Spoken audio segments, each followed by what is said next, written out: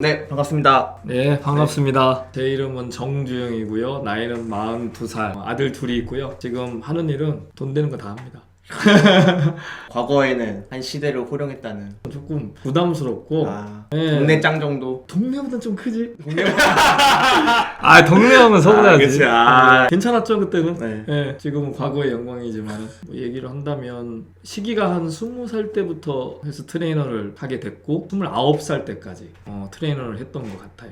10년 동안 하신 거네요. 거의 뭐 10년에 2001년도부터 2001년도. 2001년도부터 시작해서 00년대 다 했던 거네요. 그치 밀레니엄 뉴 밀레니엄 시대를 그걸로 이제 보냈죠. 아저씨 스타일이다. 이거 숨길 수가 없네. 보시는 분들이 더 좋아할 거예요. 그렇죠. 네. 아저씨들. 그렇죠.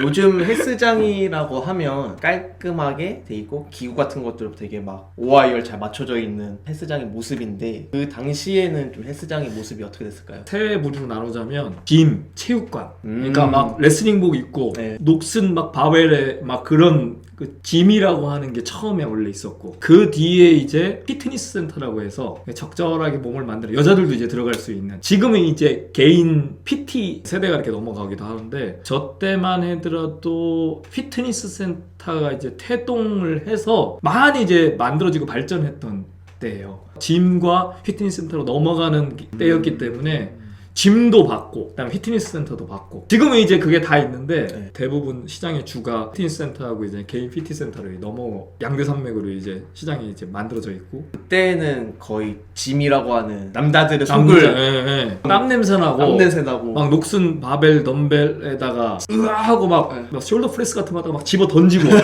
아저씨들 막 남성 호르몬 막 풍기는 그런 짐이었다가 옛날에 운동했다고 생각하는 남자들이라면 그게 로망이 있어요. 처음에 캘리포니아에서 이제 골드짐이라고 하는 게 처음에 생기고 그때 이제 전설적인 보디빌더들이 이제 나오기 시작하는데 뭐 아놀드 슈워제네거 1980년 이전부터 운동을 이제 형태를 잡았던 사람들 몇 때는 유명했던 사람들이 뭐 로니 콜먼, 제이 커틀러, 케빈 레브론이 뭐 이런 사람들이 유명했었는데 남자들이 이렇게 막 땀을 흘리면서 막 운동했던 많이 로망했죠. 지금도 아마 그런 사람들이 있을걸? 인물은 그 환경을 대표하는 것 뿐이고 그런 분위기? 지금은 사실은 그게 좀 쉽지 않잖아요. 그렇죠. 남자들끼리 막 레슬링복 같은 거 입고 이게 아니잖아. 지금 큰일 나죠. 잡혀가지고 옷 잘못 입고 큰일 나지. 그쵸. 피트니스 세대로 넘어가면서 이게 불가능해졌지만 네. 예전에 그게 가능했다. 지금은 뭐 깔끔하잖아요. 좀 더티하진 않잖아. 더티 섹시가 없어 지금. 그렇죠. 땀 냄새 대신에 이제 향수 냄새. 그렇지. 네. 그래도 사실 나는 조금 그쪽 계열은 아니라. 트레이너의 하루 일과? 제가 지금 알게고요. 하는데 어차피 여기 있으니까 그냥 합시다. 처음에는 그렇게 시작했어. 필드 트레이너로 시작했어. 그러니까 필드 트레이너가 뭐냐? 헬스 클럽의 그 모든 전반적인 것들을 다 업무를 보는 거야. 사람들한테 트레이닝을 시키는 거는 어떻게 보면 거기에 한 일환일 뿐이에요. 거기 집중할 수가 없어요. 전반적으로 다 관리를 하는 거예요. 말 그대로 잡무까지 다 해야 되는 거지. 회원들 등록부터 시작해서 회원들을 또 교육시키고 그 다음에 그 사람들 관리도 하고 진단도 내리고 바닥 청소부터 시작해서 빨래까지 다 신경을 써야 되는 게 필드 트레이너인데 대부분 그렇게 많이 하죠. 안 그런 데도 있지만 서울에 가면서 이제 로데오 피트니스 클럽이라고 해가지고 목동에 SBS 옆에 하나가 만들어졌는데 프랜차이즈 피트니스 클럽을 표방해서 없어져가는 짐 있잖아. 망해가는 헬스 클럽들을 인수인계해서 투자자들을 모으고 중고 물품을 넣어주고 나 같은 이제 훈련된 사람들을 보내서 팀을 꾸려요. 피트니스 클럽 완전히 바꿔주는 건데 옛날에 있는 회원들을 그대로 안고 갈 수 있는 장점이 있어요. 이름만 바꾸고 그다음 기구도 바꾸고 사람들은 새롭게 느끼는 거예요. 중요한 건 인력 자원인데 나 같은 이제 훈련받은 전문 인력이 들어가면 거기 필드 트레이너를 조종할 수 있는 팀장 트레이너가 있고 그 사람들이 그 헬스 클럽을 관리하고 그렇게 이제 시스템을 만들고 운영하는 헬스 클럽을 처음에 표방해서 만들었는데 프랜차이즈 헬스 클럽의 강점이 그때 뭐였냐면 다양한 그룹 엑서사이즈 GX라고 해서 그룹 엑서사이즈가 뭐냐면은 다 설명해야 돼요. 미치겠네. 그룹 엑서사이즈가 어렵지 않아요. 그냥 모여서 운동하는 거야. 어떤 운동들이 있냐? 스피닝, 댄스, 줌바, 태보, 심지어 에어로빅까지. 오전에는 에어로빅 아줌마들이 있기 때문에 에어로빅 쪽으로 많이 하고 그다음에 요가, 그다음에 필라테스 뭐 이런 것들이 전부 다 그룹 엑서사이즈라고 지칭하면 돼요. 그때 거기에 서울에서 많이 유행하고 태동했었어요. 지금은 흔하지. 근데 예전에는 그런 개념이 없었거든. 서울에서 한번 딱 유행하면서 그치. 내려오는 원래 거예요. 그런 거지. 돈이 되니까 그게. 네. 사람들한테 구미가 당기잖아. 그러니까 옛날에 짐은 남자 위주의 운동 체계였다면 보디빌딩이 원래 다 남자들 위주로 했었잖아 옛날에. 피트니스 클럽으로 넘어가면서 아름다움을 더 추구하는 여성 고객들을 더 유치할까, 여자들의 돈을 더 빼먹을까, 이 고민을 했을 거 아니야. 그때 피트니스 센터들이 손을 많이 댔던 게 GX 프로그램. 그래서 그런 것들이 많이 생겼죠. 이제 많이 생기면서 트레이너들의 위치도 좀 바뀌기 시작했어요. 옛날에는 말 그대로 필드 트레이너, 전부 다 그런 것들을 관리하는 트레이너에서 헤드 트레이너, 그 사람들을 관장하는, 심지어 어떤 것까지 있었냐면은 그렇게 산업화가 되고 체계화가 되면서 오히려 팀장 트레이너들은 GX 프로그램 선생님들도 관리해야 되지, 그 다음에 시간 배분도 해야 되지, 홍보까지도 담당했어. 홍보, 회계까지, 사업 전략까지. 매출을 매일매일 체크를 해요. 투자자들이나 아니면 오너 사장한테 이제 그걸 한단 말이야. 보고를 한단 말이야. 그럼 바로 얘기가 나올 거 아니야. 매일매일 하는 경우도 있는데 그거는 사람이 못 살아. 그렇게 하면 한 일주일이나 하면 한 달이나 이렇게 딱 내면 이거 매출이 왜 이러지? 아니 계절에 따라 달라질 수도 있고 다 달라질 수가 있는 거 아니야. 근데 물어보면 어떡하겠다는 거예요. 그러면 이래서 이렇게 했습니다. 이게 대응을 해야 될 거 아니야. 그거를 이제 팀장이 하는 거예요. 그 매출이 얼마큼 되냐, 뭐가 문제, 그걸 우리가 그러니까 웃기죠? 벌써부터 머리 아플라.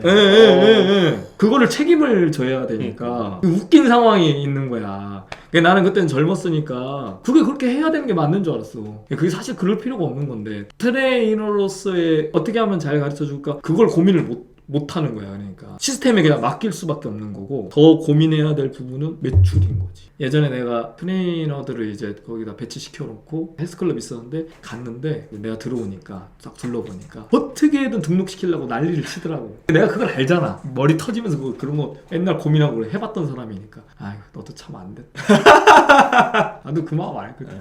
하루 일과는 어떻게 되셨어요?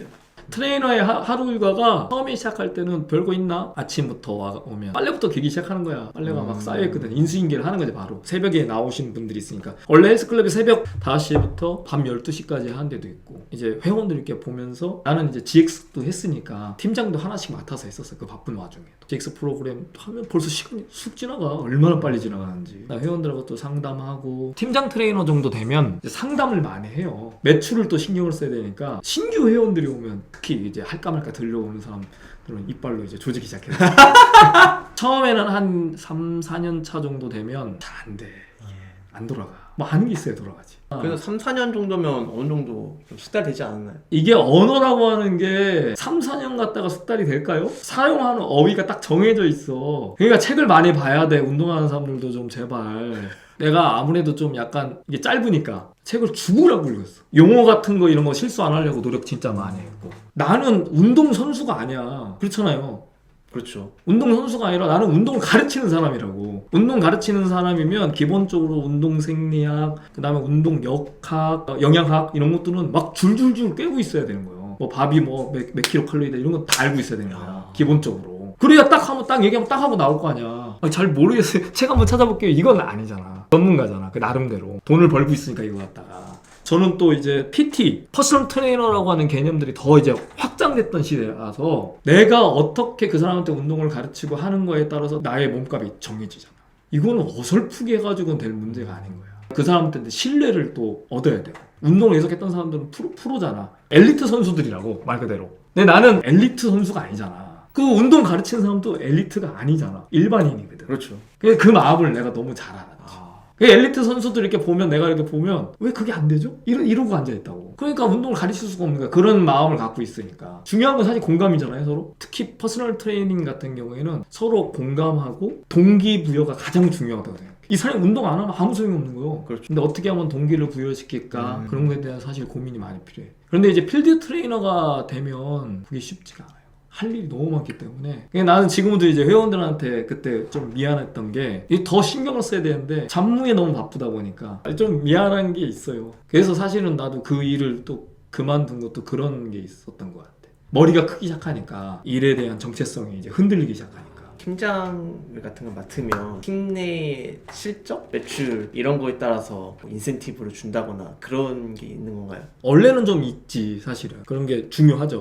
이번 매출에 따라서 이게 인센티브가 정해지고 하는데 그런 게 있어야 움직이고, 팀장 트레이너들은 거의 대부분 다 그렇게 많이 했었어요. 막 아침에 빵꾸 나는 일도 비일비재해서 새벽부터 나가서 심지어 막 저녁 때 늦게 밤 12시까지 있는 경우도 많았고 생명을 많이 깎아먹었지. 그때 많이 늙었어. 내가 엄청 동안이었는데 그때 때문에 지금 머리가 휘어지고 그때 지금 생각해보면 진짜 지옥 같았어 그때가. 피곤해 맨날 쩔어 살고. 이제 팀장 트레이너 같은 경우에는 시작부터 끝까지 계속 있기는 너무 힘들고 거의 한 9시 정도? 그러니까 한 12시간 일한다고 보면 돼. 그때 이제 9시에 왜 나가냐, 9시나 10시 사이에 GX 프로그램이 배치가 돼 있어. 아줌마들이 애들 보내고 이제 운동하러 오는 시간이. 그러니까 거의 9시잖아. 거의 오전에 한 타임 있다고 보면 돼. 그러니까 요일별로 딱딱딱딱 잘라 들어간다고. 월, 수, 금, 뭐 요가, 화, 목, 에어로빅. 선생 잘못 들이면 그것도 스트레스를 많이 받아. 아줌마한테 드세가지고. 특히 에어로빅은 텃세가 심해요. 아줌마들끼리. 자리가 다 있어요. 선생님이 앞에 딱 있으면 여기에 대장 아줌마들이 딱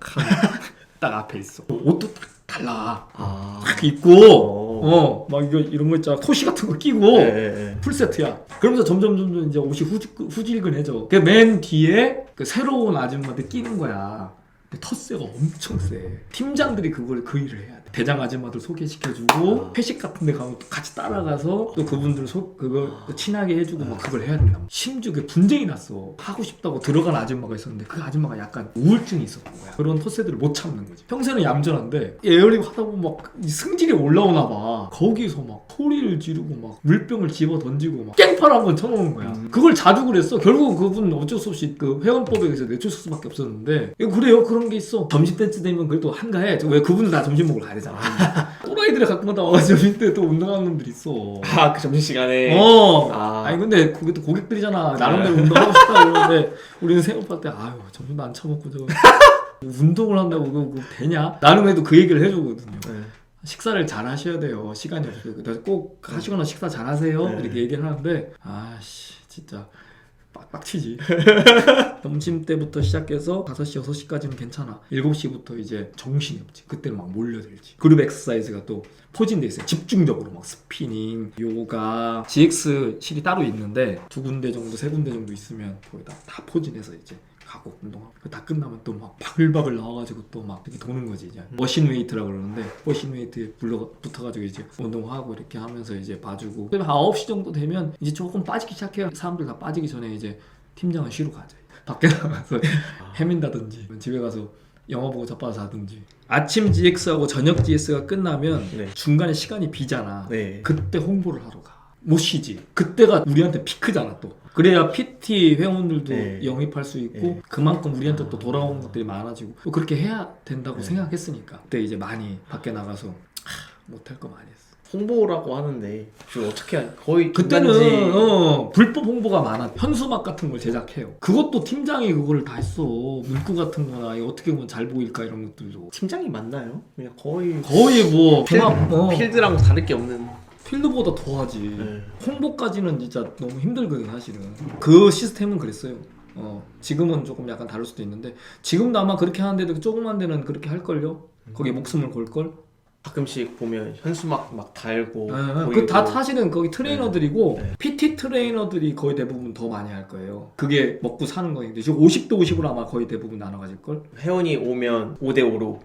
근데 우리 때만 해도 그래도 PT 비용이 꽤 비싼 편이었어. 그때는 얼마였나? 처음에 한번 타임 할 때 10만 원씩? 사람마다 다르긴 해요. 그냥 지역마다 다르게 다 다른데 서울 중심가였으니까 PT라고 하는 개념 자체가 그렇게 많지 않았던. 내가 그만두고 나서 그때 막 쇼니나하고 PT 같은 거 막 난리가 났더라고. 이게 막 생기면서 이제 가격이 이제 많이 내려갔을 거야 지금 물가 상승률 생각하면 그러니까 그때도 괜찮았던 거지. 10만 원이면 괜찮았던 거야. 나온 김에 여쭤보는 건데 수능 이벤트다 뭐 신년 이벤트다 뭐 이런 이벤트다 해가지고 30% 세일 40% 세일 막 이러잖아요. 세일이 좀 저는 좀 말장난 같이 좀 보여가지고. 옛날부터 말장난은 많았어요. 지금은 더 말장난이 심하더라고. 3개월 99,000원 이렇게 딱 했거든. 근데 지금은 한 달에 5만 원 막 이렇게 나와. 알고 보면 5만 원이 아니라 1년 끊었을 때 5만 원이거든. 그런 식으로 하더라고. 헬스클럽이 이제 한 군데만 있는 게 아니라 여러 군데가 있잖아. 결국은 파이는 딱 정해져 있잖아요. 클럽은 사람이 무조건 오면 좋은 거야. 근데 놀리면 무조건 손해니까 그렇죠, 그렇죠. 그걸 무조건 유치하기 위해서 싸게 때린다고요. 서울에는 그런 게 많았어. 한참 막 저기 했을 때. 근데 오래 못 가더라. 그렇게 하면. 이것도 사람을 상대하는 거라서 그렇죠. 그 오너 입장에서는 헬스클럽이 사람들이 끊고 안 나오고 그냥 물 안 쓰고 하면 뭐 좋다고 생각하지만 트레이너 입장에서는 그 사람을 어떻게든 여기에 안착시켜서 운동의 재미를 느끼게 하고 운동을 꾸준히 나오는 게 결국은 그게 매출에도 도움이 되고 그 사람 건강에도 도움이 되고 일주일에 한 3번 정도는 나올 수 있게 해줘야 고객들하고 유대관계를 가지면서 이제 지역에 이제 도움을 주면서 이제 발전하게 되는 거거든요. 그게 지역에 봉사하고 나라에 봉사하는 기업 마인드가 기본적으로 있어야 돼요.